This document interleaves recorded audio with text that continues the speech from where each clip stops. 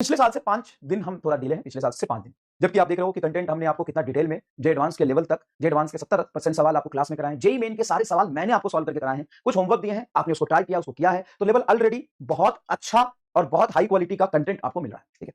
इसलिए थोड़ा बहुत 5-7 दिन का टाइम आप भी समझते हो कि इतना तो जायज़ है, जस्टिफाइड है, येस और नो बताओ, इतना जस्टिफाइड है कि नहीं? हाँ सर, है तो सही, लेकिन इतना पढ़ने पर सर हमसे बहुत कुछ समेटा नहीं जा रहा। बात सही कह रहे हो। सर ठीक है, आपने 11th में तो लगभग कितने जून, जुलाई, अगस्त, सितंबर, अक्टूबर, नवंबर लगभग साढ़े 5 महीने ले लिए, क्योंकि शुरू तो 11th यूनिट एंड डायमेंशन बाद में हुआ था। पहले बेसिक मैथ तो छोड़ सकते हो, तो लगभग साढ़े 5 महीने लिए थे।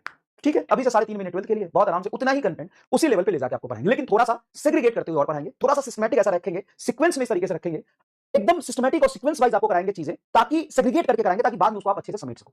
बहुत ज्यादा रैंडम कराएंगे, मिक्स करके कराएंगे तो आपको दिक्कत होगी। तो मैंने कुछ प्लान सोचे हुए 12th में, जो मैं अप्लाई करूंगा 11th में जैसा कराया उससे और बेहतर तरीके से और ज्यादा सीक्वेंस में आपको मैं 12th कराऊंगा। जिस तरीके से 11th में चीजें मैंने सीक्वेंस में कराई है, जे एडवांस सेग्रीगेट करके आपको क्लास में कराया है, मिक्स करके नहीं कराया कि ये पूरा मिक्स कर दिया सवाल, ताकि आप चीजें बाद में समेट पाओ, आप चीजें बाद में रिवाइज कर पाओ। तो 12th में और ज्यादा सेग्रीगेट करके मैं आपको पढ़ाऊंगा। कैसे सेग्रीगेट करूंगा मैं आपको बता दूंगा। मैंने कुछ 2-3 प्लान बनाए बहुत जोरदार, जिससे आपको 12th बहुत अच्छे से पहला लेयर क्लियर हो जाएगा, जो एकदम नीट रिलेवेंट और एनसीईआरटी लेवल पे है। एनसीईआरटी का हर एक लाइन बाय लाइन में क्लास में करा दूंगा। ज्यादा जरूरी कौन है, जे एडवांस और एनसीईआरटी? बताओ।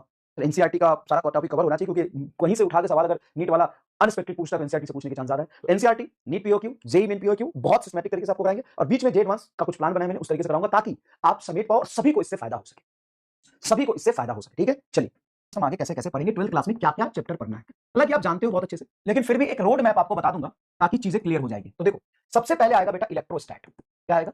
इलेक्ट्रोस्टैट। इलेक्ट्रोस्टैटिक्स में दो पार्ट होते हैं, electric charge and electric potential.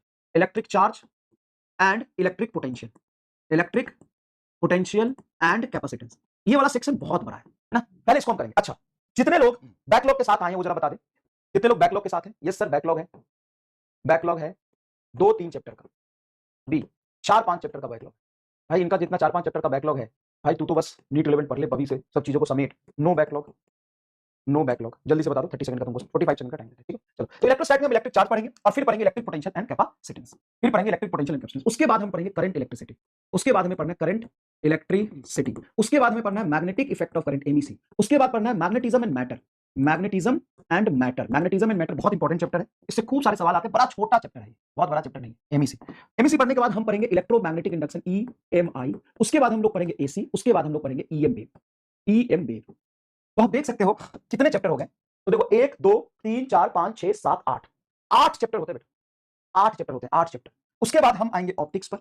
Optics के दो सेक्शन होते हैं, रे and wave, ray optics and wave optics. हालांकि सब जानते हो, लेकिन फिर भी मैं तुम्हें एक बार रियलाइज करा देता हूं। उसके बाद है मॉडर्न, मॉडर्न में आता है photo electric effect, dual nature, dual nature, और एक होता है उसके बाद एटम, और उसके बाद होता है बेटा न्यूक्लियाई, ठीक है? उसके बाद आएगा आपका सेमीकंडक्टर। तो मैं तो सी लेके चलूंगा कि कोई बैकलॉग आपका नहीं है, 40% का कोई बैकलॉग नहीं है, और 70% लोगों का बैकलॉग है। बहुत बढ़िया बेटा, 41%, कांग्रेचुलेशन, बहुत अच्छा कर रहे हैं आप। तो जो बैकलॉग है, modern physics and semiconductor, semiconductor, semiconductor में ट्रांजिस्टर हट जाने से ये बड़ा छोटा हो गया है, इसमें सिर्फ गेट एंड डायोड पढ़ना होता है, गेट एंड डायोड के टाइप।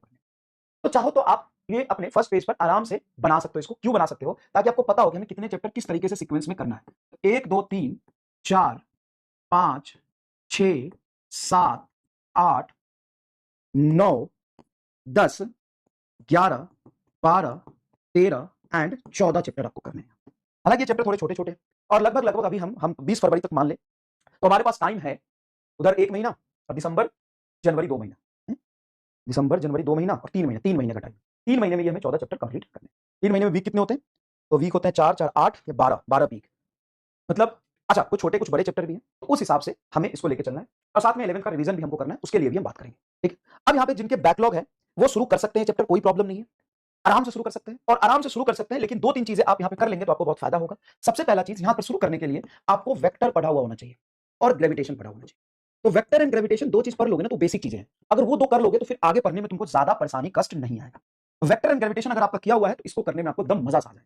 मतलब अगर हमने ग्रेविटेशन आपको करा दिया है तो बस वो बेसिक चीज हो गया जो रिपीट होगा फिर से इलेक्ट्रोस्टैटिक में, उसके बाद फटाफट तुम आगे बढ़ते चले जाओगे। सीक्वेंस हम वही रखेंगे, बड़े आराम से क्लास को कवर करिए, जिसमें एनसीईआरटी, नीट के पीवाईक्यू, जेईई मेन के पीवाईक्यू और एडवांस के एलिमेंट पीवाईक्यू कवर होंगे। साथ साथ में संघर्ष असाइनमेंट जैसे आपको मिलता है हर चैप्टर में 2-3 मिलता रहेगा, उसको आप करेंगे तो आपका सोचने की एबिलिटी, लैंग्वेज की एबिलिटी बढ़ती जाएगी।